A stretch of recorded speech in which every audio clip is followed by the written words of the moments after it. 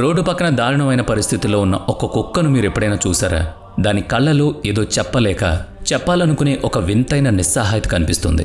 అలాగే కళ్ళమ్మట నీళ్లు కారుస్తూ బరువైన బరువులు మోస్తున్న ఒక ఎద్దును మీరెప్పుడైనా చూసారా? వాటిని చూసినప్పుడు పాపం మూగజీవులు కదా అని మనం అనుకుంటాం. కానీ ఆ జంతువు చర్మం లోపల అసలు ఎవరున్నారో ఎప్పుడైనా ఆలోచించారా? ఆ కుక్క లేదా ఎద్దు శరీరంలో నరకం అనుభవిస్తున్న ఆ ఆత్మ పోయిన జన్మలో ఒక పెద్ద కోటీశ్వరుడు కావచ్చు, లేదా ఒక గొప్ప విద్యావంతుడు కావచ్చు, లేదా మీలా నాలా ఒక సాధారణ మనిషి కూడా అయి ఉండొచ్చు. ఈరోజు మనం ఒక భయంకరమైన నిజాన్ని తెలుసుకోబోతున్నాం. ఈ నిజం మిమ్మల్ని కొంచెం భయపెట్టొచ్చు, కానీ ఈ భయం మనకు చాలా అవసరం. ఎందుకంటే మనిషి చనిపోయిన తర్వాత మళ్ళీ మనిషిగానే పుడతాడన్న గ్యారంటీ లేదు. గరుడ పురాణం ఇదే చెప్తోంది. ఈ విశ్వంలో 84 లక్షల రకాల శరీరాలున్నాయి. ఇవి కేవలం జీవరాశులు మాత్రమే కాదు, ఇవన్నీ ఒక రకమైన జైలు గదులు. జైలులో ఒక్కో నేరానికి ఒక్కో బ్యారక్ ఎలా ఉంటుందో, ప్రకృతి కూడా ఒక్కో పాపానికి ఒక్కో శరీరాన్ని డిజైన్ చేస్తుంది.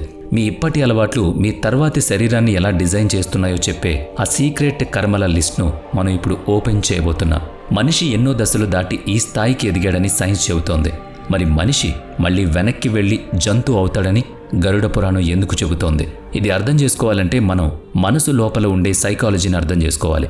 వేల ఏళ్ల క్రితమే మన ఋషులు కనిపెట్టిన ఒక సైకలాజికల్ నిజాన్ని నేటి మోడర్న్ సైకాలజీ కూడా ఒప్పుకుంటోంది. అదే అంతం మతిసో గతి అనే విషయం. అంటే చనిపోయే సమయానికి మీ మనసులో ఏ ఆలోచన, ఏ కోరిక లేదా ఏ అలవాటు ఎక్కువగా ఉంటుందో మీకు తర్వాతి శరీరం కూడా అలాగే వస్తుంది. ప్రకృతి ఎప్పుడూ చాలా న్యాయంగా వ్యవహరిస్తుంది. మీరు దేన్ని ఎక్కువగా కోరుకుంటారో అది మీకు వస్తుంది. మనం నోటితో ఏం అడుగుతున్నామనేది ముఖ్యం కాదు. మన సబ్కాన్షియస్ మైండ్లో, మన అలవాట్లలో మనం ఏ కోరుకుంటున్నామనేది అక్కడ పాయింట్. ఒకసారి ఆలోచించండి. ఒక మనిషి తన జీవితం మొత్తం కేవలం తినడం, రుచులు చూడడం మీదే ఆసక్తి చూపిస్తాడు. అతనికి ధర్మం, జ్ఞానం, సేవ లాంటివి ఏమీ పట్టవు. పక్కవాడి బాధలు అస్సలు పట్టించుకోడు. అతని ఫోకస్ మొత్తం 24 గంటలు కేవలం తిండి మీదే. అతను చనిపోయేటప్పుడు అతని ఆత్మ ఫ్రీక్వెన్సీ ఎలా ఉంటుంది? కేవలం ఆకలి, కేవలం రుచి. మరి ప్రకృతి అతనికి మళ్ళీ మనిషి శరీరం ఎందుకు ఇస్తుంది? మనిషి శరీరం అనేది మోక్షం కోసం, జ్ఞానం కోసం, ఇతరులకు సేవ చేయడం కోసం వచ్చింది. నీకు కేవలం తినడం, రుచులు మాత్రమే ఇష్టం కదా అని ప్రకృతి అంటుంది. అందుకే రోజంతా తింటూనే ఉండే ఒక శరీరాన్ని అతనికిస్తుంది. అప్పుడప్పుడు పందిగానో చెత్త కుప్పల్లో తిరిగే జంతువులుగానో కూడా పుట్టిస్తుంది. ఇప్పుడు మనం గరుడ పురాణంలోని అసలైన ఘట్టంలోకి అడుగు పెడుతున్నాం. ఏ పాపానికి లేదా ఏ అలవాటుకు ఎలాంటి శరీరం వస్తుందో ఇందులో చాలా క్లియర్గా ఉంటుంది. దీన్ని చాలా జాగ్రత్తగా వినండి. ఇది కేవలం ఒక ఇన్ఫర్మేషన్ మాత్రమే కాదు, మనల్ని మనం మార్చుకునే ఒక అవకాశం. గరుడ పురాణంలో చెప్పిన మొదటి అతిపెద్ద పాపం అన్నం లేదా డబ్బు దొంగిలించడం. ఇతరుల కష్టాన్ని దోచుకునేవాడు, ఇతరులను మోసం చేసి వాళ్ళ డబ్బు లేదా అన్నం లాక్కునేవాడి ఆత్మ చాలా దిగజారిపోతుందని గరుడ పురాణంలోని ప్రేతఖండంలో రాసుంది. ఇలాంటి వ్యక్తి సైకాలజీ ఒకసారి అర్థం చేసుకోండి. ఒక దొంగ మైండ్ సెట్ ఎలా ఉంటుంది? వాడు ఎప్పుడూ దాక్కోవాలనుకుంటాడు. వాడికి వెలుతురంటే భయం. ఎవరైనా చూస్తారేమో అని ఎప్పుడూ భయపడుతూనే ఉంటాడు. వాడు ఎప్పుడూ చీకటి మూలలు వెతుక్కుంటాడు. జీవితం అంతా ఇలా దాక్కుంటూ పక్కవాడి సొమ్ము తిన్నాడు. అందుకే చనిపోయిన తర్వాత ప్రకృతి వాడి మైండ్ సెట్కి సరిపోయే ఒక శరీరాన్ని ఇస్తుంది. ఎప్పుడూ దాక్కుని ఉండే, వెలుతురంటే భయపడి పక్కవాడి అన్నం తీసుకుని తినే ఒక శరీరాన్ని ప్రకృతి వాడికిస్తుంది. అన్నం దొంగిలించేవాడు లేదా పక్కవాడి భోజనం లాక్కునేవాడు వచ్చే జన్మలో ఎలుకలా పుడతాడని శాస్త్రాలు చెబుతున్నాయి. ఎలుకను మీరు ఎప్పుడైనా గమనించారా? అది ఎప్పుడూ కలుగులో దాక్కునే ఉంటుంది. మనిషి అలికిడి వినగానే పారిపోతుంది. ఎప్పుడూ భయపడుతూ ఉంటుంది. అది ఎప్పుడూ ఒక రకమైన భయంతో వణుకుతూ ఉంటుంది. ఎక్కడెక్కడ ఏం దొరుకుతుందా, ఏం లాక్కుని ఆ కన్నంలోకి వెళ్ళిపోదామని ఎదురు చూస్తూ ఉంటుంది. లోపల ఆత్మ అదే, కానీ శరీరం మాత్రం వేరే అన్నమాట. వాడు అల్లిన వలలో వాడే చిక్కుకున్నట్టు. ఇక తర్వాత మాటను తప్పుగా వాడడం మరియు నిందించడం. కలియుగంలో ఇది చాలా కామన్ అయిపోయిన పెద్ద పాపం. మన నోటికి ఏదొస్తే అది మాట్లాడేస్తాం. మన మాటలే మన ఫ్యూచర్ను డిసైడ్ చేస్తాయని మనం అస్సలు ఊహించాం. ఎదుటి వాళ్ళని అవమానించడం, పెద్దలను తిట్టడం, లేదా వెనకాల ఒకరి గురించి ఒకరు చెడుగా మాట్లాడుకోవడం, ఇవన్నీ చూస్తూ ఉంటాం. గురువులను నిందించేవాళ్ళు, శాస్త్రాలను ఎగతాళి చేసేవాళ్ళు, లేదా కారణం లేకుండా ఇతరుల మీద అరిచేవాళ్ళు వచ్చే జన్మలు కుక్కలుగా పుడతారని గరుడ పురాణం చెబుతుంది. ఎందుకంటే కుక్క ఏం చేస్తుంది? అది కారణం లేకుండా మురుగుతుంది. ఎదురుగా ఉన్నది ఎవరు అనేది దానికి అనవసరం. అది కేవలం మురుగుతుంది, మీద పడుతుందంతే. ఇక మూడవ పాపం కామ వాంఛ మరియు అక్రమ సంబంధాలు. గరుడ పురాణం విషయంలో చాలా కఠినంగా ఉంటుంది. తమ హద్దులు దాటే స్త్రీ లేదా పురుషుడు తమ పార్ట్నర్ను మోసం చేసేవాళ్ళు లేదా ఇతరుల పరువు మీద కన్నేసే వాళ్ళ తర్వాతి జన్మ చాలా కష్టంగా ఉంటుంది. శాస్త్రాల ప్రకారం అత్యాచారం చేసేవాడు లేదా మహిళలను వేధించేవాడు వచ్చే జన్మలో తోడేలు లేదా కుక్కలా పుడతాడు. లేదా వాడికి బ్రహ్మరాక్షసుడు లేదా బేతాళుడు లాంటి ఒక భయంకరమైన జన్మ వస్తుంది. అక్కడ వాడు తన కోరికలకు బానిసగా బ్రతుకుతాడు. కానీ వాడికి ఎప్పుడూ తృప్తి అంటూ ఉండదు. ఆకలి వేస్తుంది కానీ తినలేడు, దాహం వేస్తుంది కానీ తాగలేడు. వాడి లోపల మంట వాడిని నిరంతరం కాల్చేస్తూనే ఉంటుంది. ఇక నెక్స్ట్ వన్, హింస మరియు క్రూరత్వం. చిన్న చిన్న విషయాలకే హింసకు దిగేవాళ్ళు, అమాయక జంతువులను చంపేవాళ్ళు, లేదా ఇతరులను ఏడిపించి ఆనందించే వాళ్ళ గురించి కూడా ఇందులో ఉంది. ఈ రోజుల్లో చాలామంది సరదా కోసం వేటాడడం లేదా జంతువుల్ని హింసించడం మనం చూస్తున్నాం. హింస చేసేవాడి లోపల ఒక భయంకరమైన వేడి, ఒక రకమైన విషం నిండి ఉంటుంది. గరుడ పురాణం దీన్ని వివరించింది. వాడి నరాల్లో జాలి ఉండదు, కేవలం క్రూరత్వం ప్రవహిస్తుంది. అలాంటి వ్యక్తి వచ్చే జన్మలో సింహం, పులి లాంటి క్రూర జంతువులు లేదా తేలు, పాము లాంటి విషసర్పాల్లో పుడతాడు. ముఖ్యంగా దాక్కుని దాడి చేసేవాళ్ళు, ఎప్పుడూ అసూయతో రగిలిపోయేవాళ్ళు, అవకాశం దొరకగానే కాటేసే వాళ్లకు పాము జన్మ వస్తుంది. వీళ్ళు ఎదురుగా చాలా స్వీట్గా మాట్లాడతారు, కానీ వెనకాల గోతులు తవ్వుతారు. ఒక పాము జీవితం ఎలా ఉంటుందో వాళ్ళ జీవితం కూడా అలాగే ఉంటుంది. ఇక నెక్స్ట్ వన్, తీసుకున్న అప్పు తీర్చకపోవడం. ఇది చాలా జాగ్రత్తగా వినండి, ఎందుకంటే ఈ రోజుల్లో ఇది చాలా కామన్ అయిపోయింది.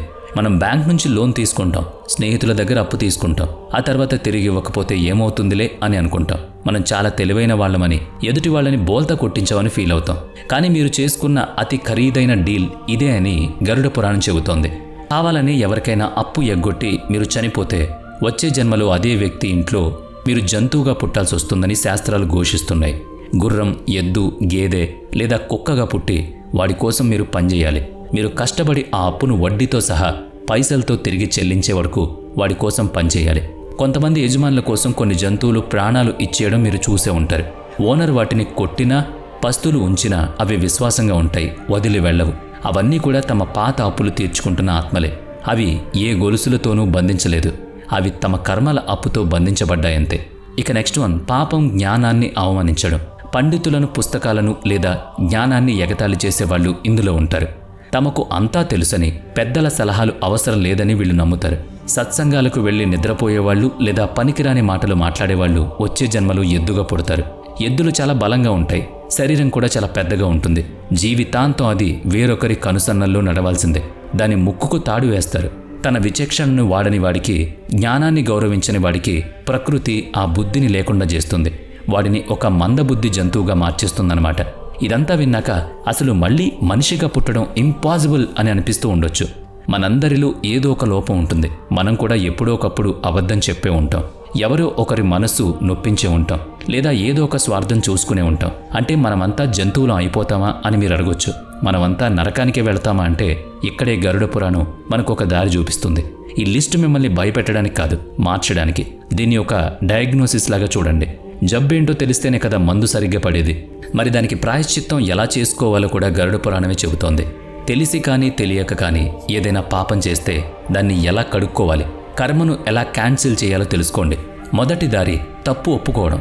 ఏ క్షణంలో అయితే మీరు మీ గర్వాన్ని పక్కన పెట్టి అవును నాదే తప్పు అని మనస్ఫూర్తిగా దేవుణ్ణి క్షమాపణ అడుగుతారో ఆ క్షణంలోనే మీ కర్మల విత్తనాలు కాలిపోవడం మొదలు పెడతాయి. ఆ పశ్చాత్తాపం అనే మంట మీ పాపాల్ని కాల్చేస్తుంది. కానీ అది కేవలం మాటల వరకే ఉండకూడదు, నిజంగా గుండెల్లోంచి రావాలి.